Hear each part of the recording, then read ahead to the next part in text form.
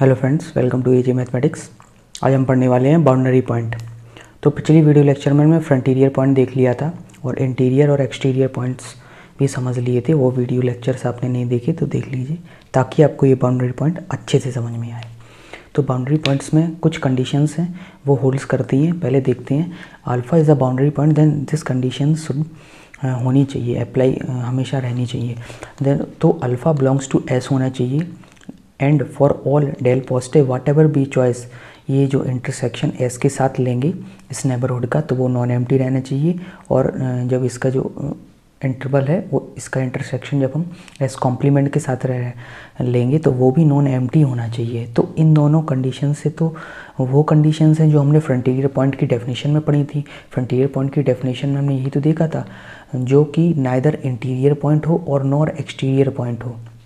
तो neither interior nor exterior point में यही दोनों कंडीशन अपने मैथमेटिकली देखी थी, वो कैसे आई हैं। ठीक है, बस इस बाउंड्री पॉइंट में एक चीज़ और ऐड हो गई है, ये अल्फ़ा बिलोंग्स टू एस भी होना चाहिए। ठीक है, तो नोट में अपन समझ लेते हैं, बाउंड्री पॉइंट ऑफ एस को हम डेल एस से रिप्रेजेंट करते हैं, the set of all boundary point of S. तो हम इन तीनों कंडीशन से अपन ने यही तो निकाला है, अल्फ़ा एस में भी होना चाहिए और फ्रंटीरियर पॉइंट्स का एलिमेंट्स भी होना चाहिए। तो अल्फ़ा एस से भी होना चाहिए और फ्रंटीरियर पॉइंट ऑफ एस में भी होना चाहिए, इसीलिए हमने बीच में इंटरसेक्शन डाला है, ताकि हमें बाउंड्री पॉइंट ऑफ एस मिल जाए, क्योंकि तीनों कंडीशन होल्ड करनी चाहिए इसीलिए। तो अगर हमें कोई भी एग्जांपल है, जैसे कुछ हमें निकालना है, boundary point of some set दे दिया जाए, देन तो हम इसी डेफिनेशन से निकालेंगे, बाउंड्री पॉइंट ऑफ एस बराबर S intersection frontier point of S. और फ्रंटीरियर पॉइंट ऑफ एस हमने पिछले वीडियो लेक्चर में देख लिया है, तो अब हम इधर पे डायरेक्टली निकालेंगे, उधर पे हम समझेंगे नहीं अब। तो अगर आपको बाउंड्री पॉइंट में फ्रंटीरियर पॉइंट ऑफ एस समझना है अच्छे से, तो पिछली वीडियो लेक्चर देख लीजिए। तो एग्जाम्पल में बाउंड्री पॉइंट ऑफ क्यू निकालने के लिए Q intersection frontier point of Q हो जाएगा। और पिछली वीडियो में हमने देख लिया था फ्रंटीरियर पॉइंट ऑफ क्यू क्या होता है, रियल नंबर होता है। अब जब हम इसका इंटरसेक्शन लेंगे, क्यू इंटरसेक्शन रियल नंबर, तो वो तो रेशनल नंबर ही आ जाएगा। Similarly boundary point of irrational number निकालेंगे तो वो भी इरेशनल आ जाएगा, निकाल के देख सकते हैं आप। अब सेकंड एग्जांपल में boundary point of Z, Z क्या, सेट ऑफ इंटीजर, ये देखते हैं ये क्या आता है। तो Z intersection of boundary point of Z हो जाएगा। और बाउंड्री पॉइंट ऑफ जेड क्या होता है, जेड ही होता है, जो पिछले वीडियो में हमने समझ लिया था कैसे। अब इसका इंटरसेक्शन लेंगे वो तो जेड ही हो जाएगा।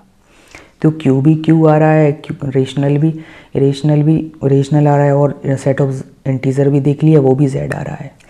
तो अब हम कुछ नोट को समझेंगे, नोट 2 एंड नोट 3 में अच्छे पॉइंट्स हैं। इसको समझने के लिए आपको पिछले वीडियो लेक्चर्स अच्छे से समझ में आ जाने चाहिए, तब आपको ये समझ में आएगा। ये पूरा ब्रीफ है आपका इंटीरियर, एक्सटीरियर एंड फ्रंटीरियर का। If alpha belongs to S, then alpha can not be exterior point of S. अब क्यों ऐसा होता है, अगर अल्फ़ा एस में बिलोंग कर गया तो एक्सटीरियर पॉइंट नहीं होगा, क्योंकि जब अल्फ़ा का नेबरहुड लेंगे alpha minus del and alpha plus del, और जब हम इसका इंटरसेक्शन लेंगे एस के साथ, तो वो एम्प्टी हो जाएगा। पर एक्सटीरियर पॉइंट की डेफिनेशन ये बोलती है, जब हम इसका इंटरसेक्शन एस के साथ लेंगे तो वो नॉन एम्प्टी होगा। ये एक्सटीरियर पॉइंट्स में हमने समझ लिया था अच्छे से, वो वीडियो नहीं देखी तो देख सकते हैं कि वो ऐसा इंटरसेक्शन एम्प्टी क्यों हुआ, नॉन एम्प्टी क्यों नहीं हुआ, क्योंकि अल्फ़ा एस में तो लाई कर ही रहा है और इस नेबरहुड में भी अल्फ़ा आ गया, क्योंकि हमने ये नेबरहुड में प्लस डेल और माइनस डेल लिया, तो अल्फ़ा इसमें भी हो गया, इसमें भी हो गया, मतलब एक एलिमेंट तो हमें मिलेगा ही। तो इसीलिए इसका इंटरसेक्शन नॉन एम्प्टी नहीं होगा। नॉन एम्प्टी अगर हो जाता तो वो एक्सटीरियर पॉइंट बन जाता, पर ये तो एम्प्टी निकला, इसीलिए alpha can not be exterior point of S. अब नोट 3 में अगर एस एक काउंटेबल सेट हुआ, तो काउंटेबल सेट हुआ तो उसका जो इंटीरियर पॉइंट्स निकालेंगे एस नॉट, वो एम्प्टी रहेगा। वो इंटीरियर पॉइंट्स में हमने देखा था वो काउंटेबल सेट में एम्प्टी क्यों होता है। ठीक है, then if alpha belongs to S, अगर एस काउंटेबल सेट है और हम इस काउंटेबल सेट का अल्फ़ा कोई ले लेते हैं, कोई भी अल्फ़ा, तो हम देखते हैं क्या कंडीशंस बनती हैं। तो अल्फ़ा बिलोंग्स टू एस अगर हो गया तो वो हमने देख लिया इंटीरियर पॉइंट सो एम्प्टी रहेगा, तो alpha can not B interior point, और नाइदर एक्सटीरियर पॉइंट, दोनों नहीं होंगे। अब एक्सटीरियर पॉइंट क्यों नहीं होगा, कि वो हमने नोट 2 में देख लिया, अगर अल्फ़ा बिलोंग्स टू एस है और एस काउंटेबल हुआ या अनकाउंटेबल हुआ, अल्फ़ा एक्सटीरियर पॉइंट नहीं हो सकता। Then exterior, neither exterior point. तो इससे तो हमें यही पता चला अगर अल्फ़ा एस में भी बिलोंग कर रहा है, इंटीरियर पॉइंट भी नहीं है, एक्सटीरियर पॉइंट भी नहीं है, तो ये तीनों कंडीशन होल्ड कर गई ना। और ये तीनों कंडीशन किसकी होती हैं? बाउंड्री पॉइंट की।